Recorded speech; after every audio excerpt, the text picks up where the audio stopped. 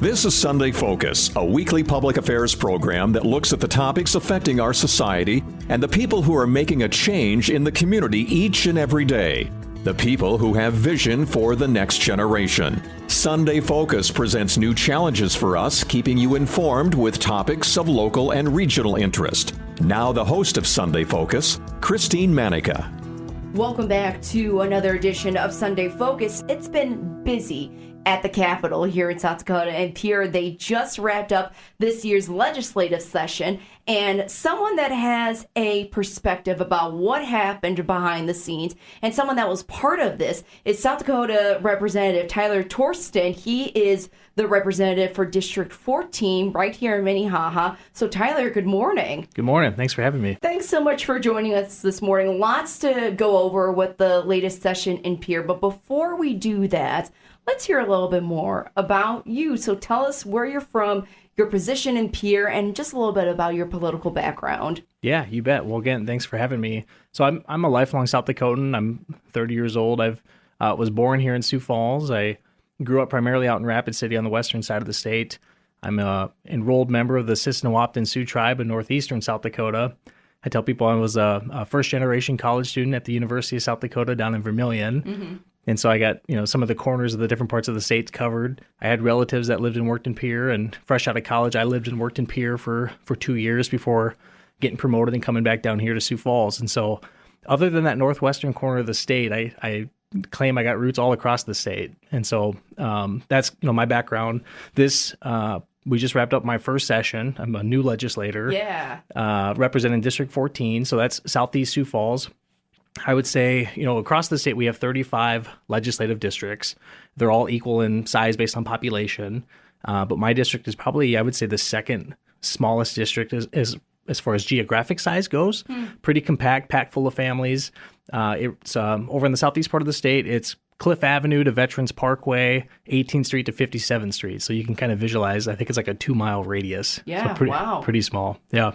So what about your political history? Were you a class president back in the day, or how did you become interested in politics? So if I remember, I think I ran in 5th grade and lost, but I've always, I don't know where it started, but I always had an interest in politics, both on a national level, but especially on a state level. And really, where I can pinpoint kind of my origin story, if you will, is 4th grade. I was 9 years old. For me, that was 9/11. I had my 2nd and 4th grade teacher. She was our 2nd grade teacher and then moved up and was our 4th grade teacher. She was a diehard patriot. I mean, she loved this country. She loved this state. Her husband was a game fish and parks guy. And so we had a fish tank with walleye in it, our state fish. And, oh, how cool. Yeah. And so we got to know and love and appreciate South Dakota. And as you can imagine, with something as big as 9/11 happening, it was a pretty traumatic experience. I remember sitting in the bar stool in front of our classroom and just trying to explain to us what had happened. And again, just being the patriot that she was, she would bring in guest speakers every week. Mm-hmm. We could bring in some, or she would bring some and get them lined up. She was reminding me that we've had like U.S. senators in our class before, former U.S. senators that I didn't recall or didn't know at the time. And we'd have World War II veterans and Vietnam vets that would come in, and firefighters, and you name it, typical elementary school kind of presentation. But she brought in my local state senator. His name was Mac McCracken. He came and spoke to our class, and a couple weeks later, I ran into him at a parade in downtown Rapid City and ran up to him and just said, "Hey, you came and spoke to my class." And he thought that was so cool. And so he invited me he said, "You should come visit when the legislature's in session in Pierre and come spend the day with me." And so, my mother, being as nice and as good of a mom as she was too, helped make it happen. Like I said, I had grandparents that lived and worked in Pierre, and so it was pretty easy for us to make the trip. My teacher made me a pretend lobbyist badge and business cards, and I was to report back to the class and go spent the day in Pierre at the Capitol. And so that was really I think the catalyst, the huge moment in my head that I really became all in on South Dakota politics. So 21 years ago. Taking that in, getting to meet the governor, getting to gavel out the Senate side, going to committee sessions and that kind of thing.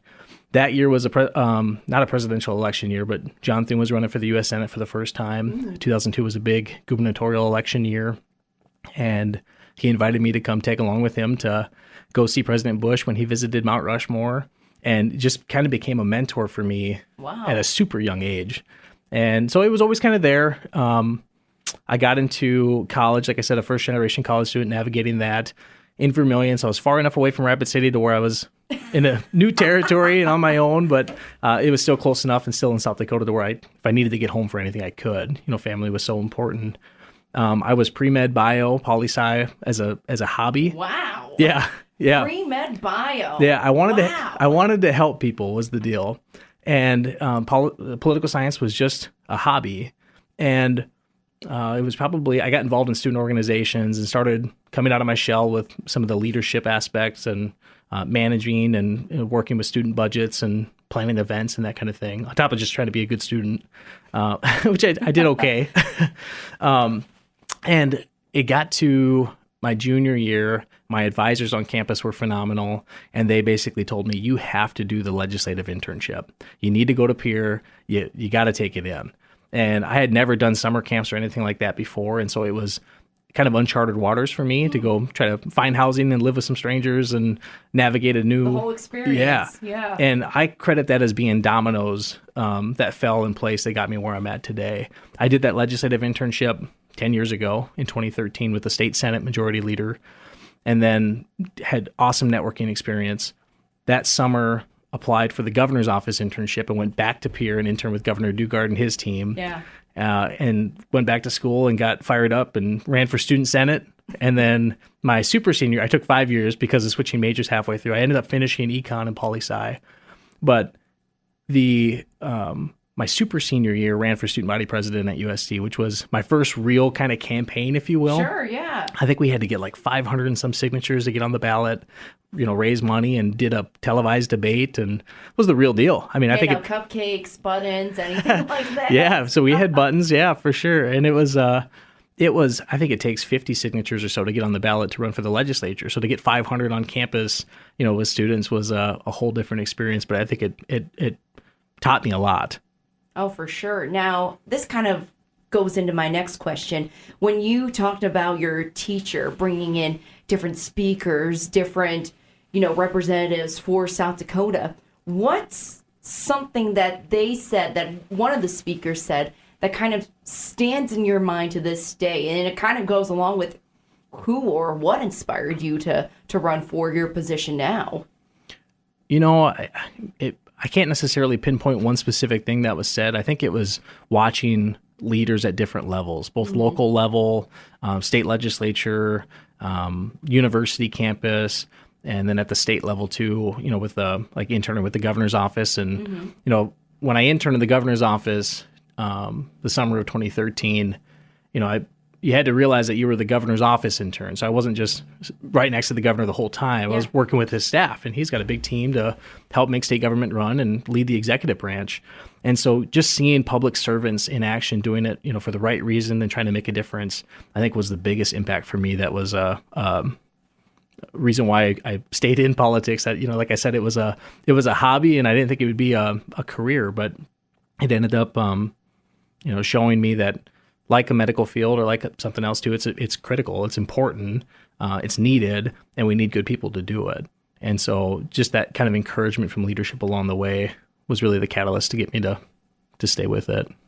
Awesome. If you are just listening, I'm being joined by South Dakota Representative Tyler Tordsen. He represents the 14th district here in Minnehaha County. Now, this year's legislative session just finished in Pierre. So why don't you talk to us about the process of the session? When does it normally start, and your daily routine while you're in session? Yeah, so the South Dakota legislature is a part-time citizen legislature, we like to say. In our Constitution, it's mandated to be 40 days or less, so we meet every year. And within 40 working days, we are supposed to come in and introduce laws and hopefully pass good ones, kill bad ones, and balance the state budget, which we've done for 134 consecutive years now. And so it's an awesome process right away. It's open to the public. People are welcome to come get involved. In South Dakota, sometimes you hear like lobbyists, right? I mean, there's certain words that are bad words. In South Dakota, a lot of our lobbyists are our neighbors. A lot of our legislators are our neighbors. People that are interacting, the citizens that are coming and advocating for proposals. It's still such a small state. The other thing that I like to say too is that our legislature has some natural accountability built into it. Anything that the legislature comes in and ultimately passes that gets signed into law, it's either going to directly impact, or we're going to feel it in our own homes or amongst our family and friends or from our neighbors, or we're going to see it, hear it. Like, you can't pass something crazy here and get away with it and think that nobody's going to notice.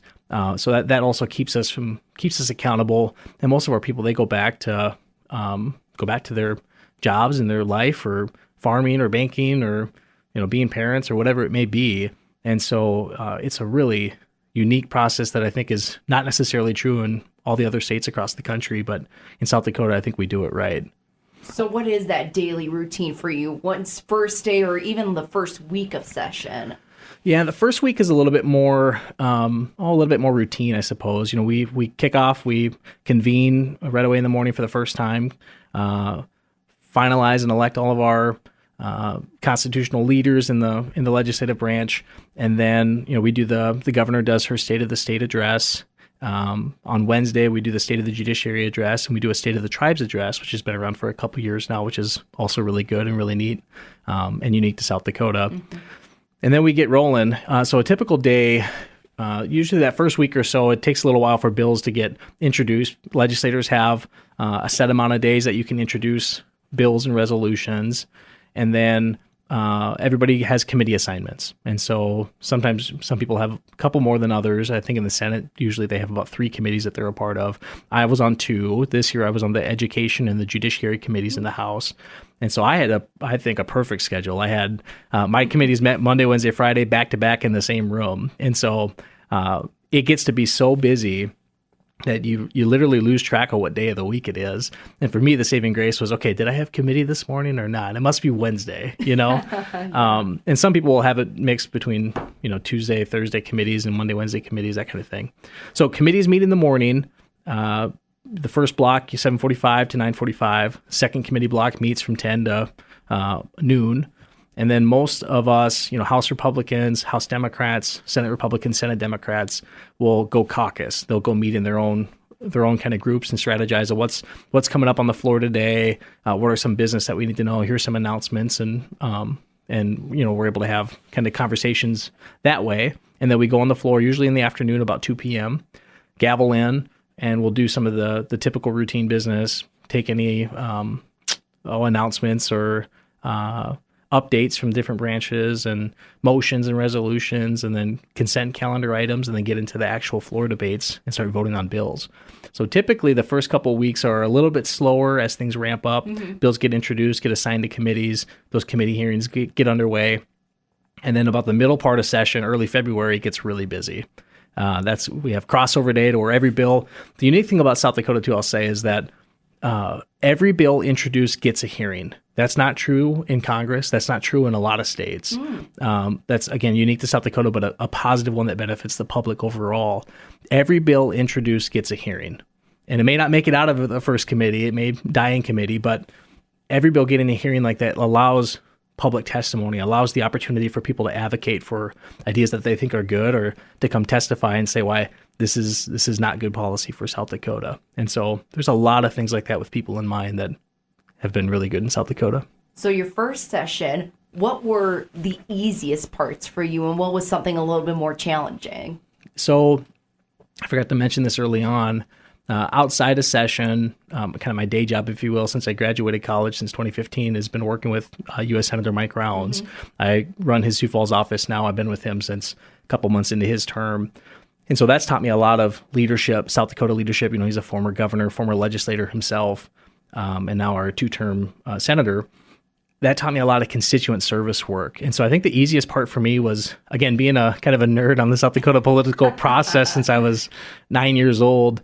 Having interned before, I kind of knew where everything was. I kind of knew what the process was like. There's been some technology upgrades since I interned, but for the most part, being able to hit the ground running was a huge advantage for me. The constituent service interaction of how to respond to constituents, how to be accessible, how to read the bills and understand kind of what was going on, and seeing some of the committees in action. So knowing kind of the flow of committees and when to ask questions and how to follow procedure and process. That part was easier, I think, than maybe a typical new member would have experienced. I think probably the most challenging part, some of the votes. Yeah. I mean, some of the, there's a little bit of that weight on your shoulders of this again could impact lives here. And so, what are we making sound policy decisions in South Dakota? Do I support this? Do I vote against it? What are my constituents in my district, my neighbors thinking about this? And then trying to look at it from a statewide lens at times too. Is this a good investment or not? A lot of the different bills. I mean, we tackled so many different subjects, some of them with price tags, some of them without, some of them cleanup language, some of them super easy.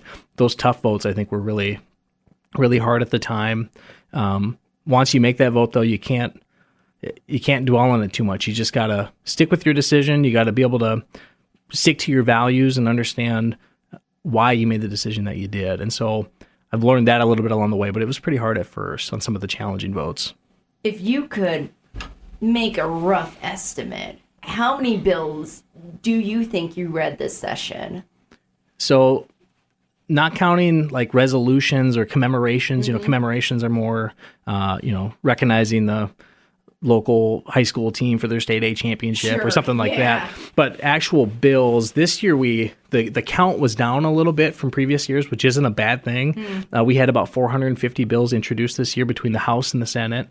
I think at my most recent look, and it's all settled now, I think 214 or so bills were passed this year. So that shows about a 50% success rate of bills that made it all the way through both committees, both chambers, and to the governor for her consideration. I know she signed over 100 bills into law already.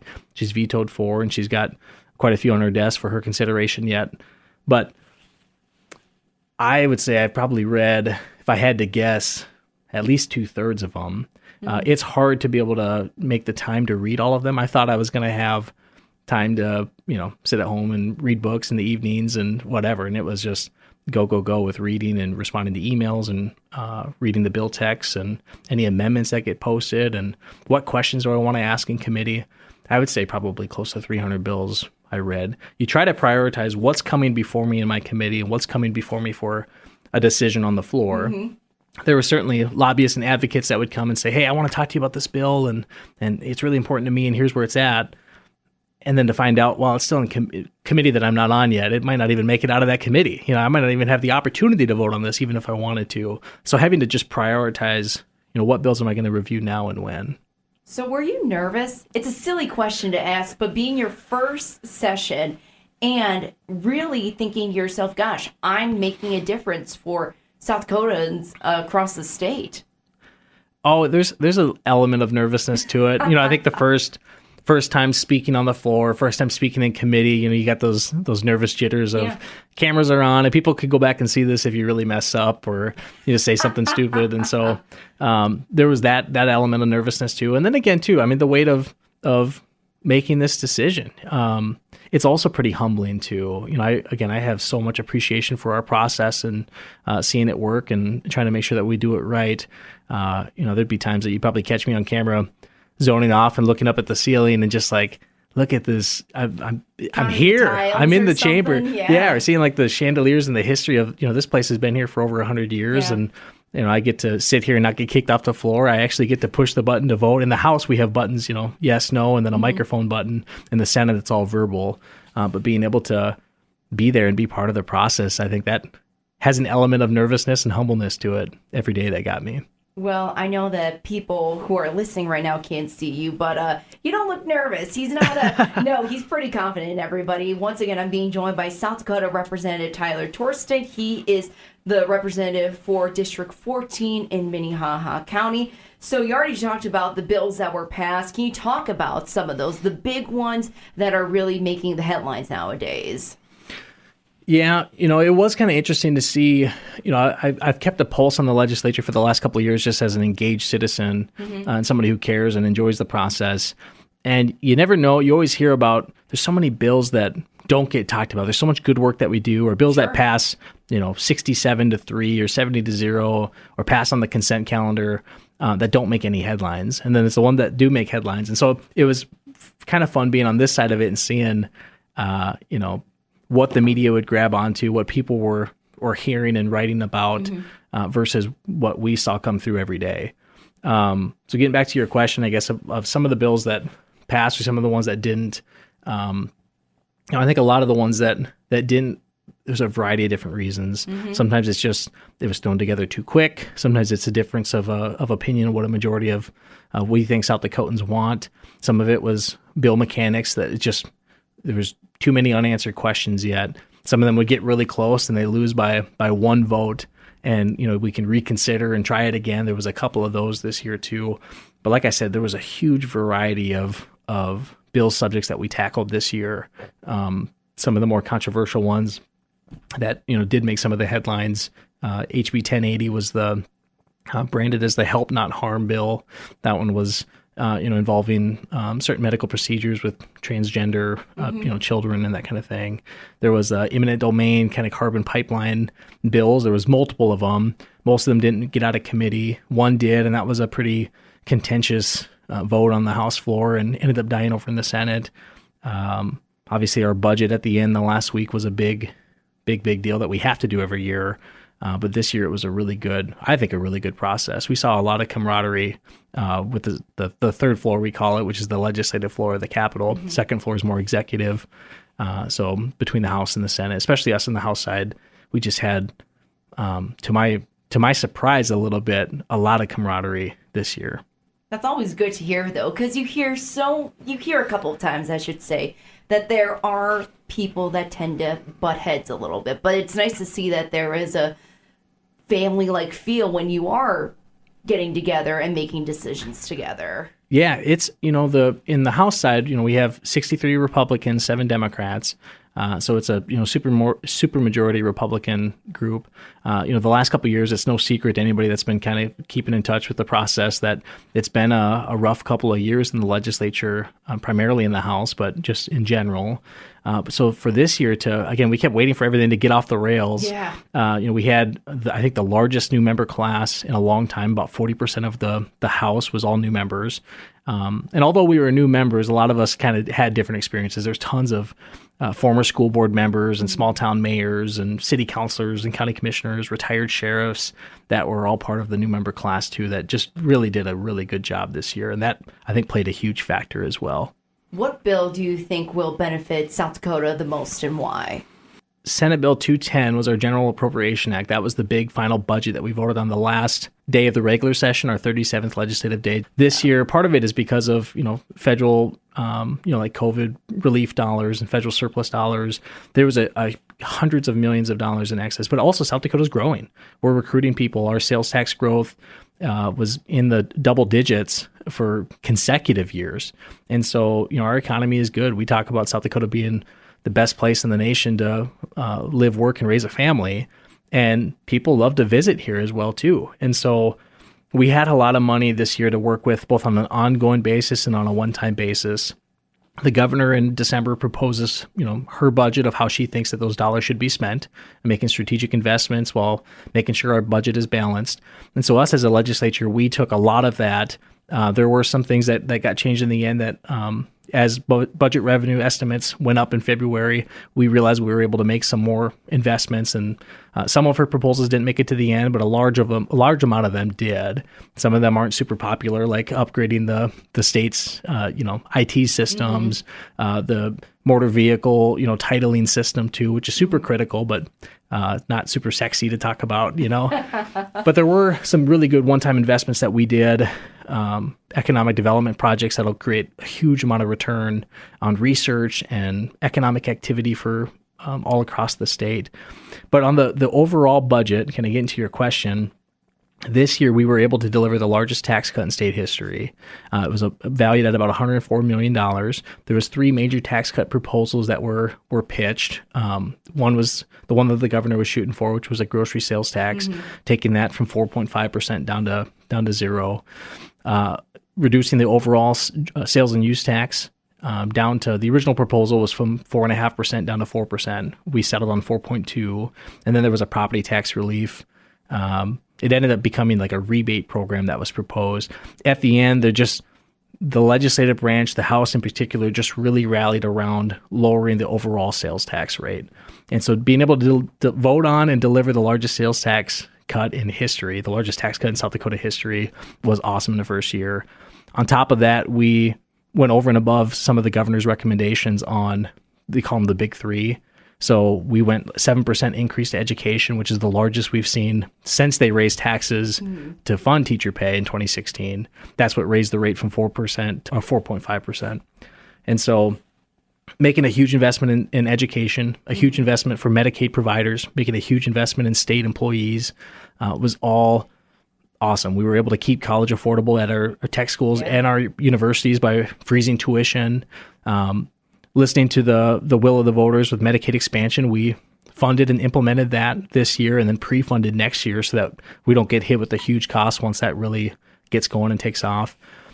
So being responsive to those needs, trying to help stop the bleeding of these nursing home facilities closing, which is super critical to families and their loved ones across the state, both in rural and urban settings. So the budget bill, I think this year, all the wins that we were able to include in it, taking care of people, taking care of our next generation, and balancing the budget and delivering a tax cut, I couldn't have asked for a better first year and a first budget to get my hands on. That's a feather in your cap, too. Yeah, it feels good. Yeah? I bet it does. Now, really quickly, can we talk about some of the bills that Governor Noem actually vetoed this session? You said so far, as of right now, 4 of them have been vetoed. She's got quite a handful of bills that are still up for her consideration to either sign. If she doesn't sign, it automatically becomes law. Otherwise, she can veto and send it back to us for our consideration on veto day on March 27th. So coming up here pretty quick. And then we get to decide whether we try to override it, which takes a 2/3 majority of both chambers, or do we sustain the veto by not overriding it. And so one, we already tackled a bid tax. They call it a business improvement district. That was really for some of the larger communities that goes to kind of tourism and kind of marketing dollars. So that one we weren't able to override. One that's been getting a lot of headlines in the last week here is the UCC. They call it the Uniform Commercial Code. That one, there's, I think, a lot of misinformation kind of floating about there. There's a lot of confusion. I think what threw this one off, I think it was 114 or 119 pages long.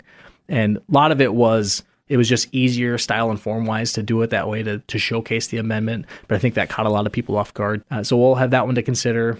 One on kind of education that was just doing a minor tweak to a law to protect teachers from kind of assault, if there's any assault actions at a school event, if you will. Gosh, there's one more that I'm blanking on too. Oh, it was they call it sip and spit. It was she's branding it as the underage drinking bill. I voted against that one. I voted against that one in the education committee and then again on the floor. I understand some of the concern or some of the value and why the people were bringing the bill. That was one of those ones when it made it all the way through the Senate, made it to the House committee, made it to the House floor, and then came up one vote short. And so we reconsidered it, and one person was willing to change their vote, so they passed and sent it to the governor. And so, she vetoed that one. That one will be pretty tough to pick up. That one was one that they passed a couple of years ago to allow 21-year-olds to have like a brewery class if you want, like an elective on a college campus, or if you're studying, like ethanol or that kind of thing too. This was trying to lower that age from 21 down to 18. And a lot of the concerns that people had were just that it's a little bit of a slippery slope, or we had just allowed this for 21-year-olds like 2 or 3 years ago. So it's still a pretty new program. Again, most of the time, 90% of the classes are electives anyway. Once again, it's South Dakota Representative Tyler Tordsen. He is representative for the District 14 here in Minnehaha. Now, you said that it was a great first session for you. And I'm sure people want to ask you more questions about this year's session and going forward. So, Tyler, if anybody has any questions or concerns for you, how can people contact you? Yeah, so good question. I try to put as much contact information out there as possible because honestly, we want to hear from people in our state, specifically in our district, but even just from South Dakotans in general. Shows us that you guys are listening and engaged, and you have issues that you want to raise to us that we can help.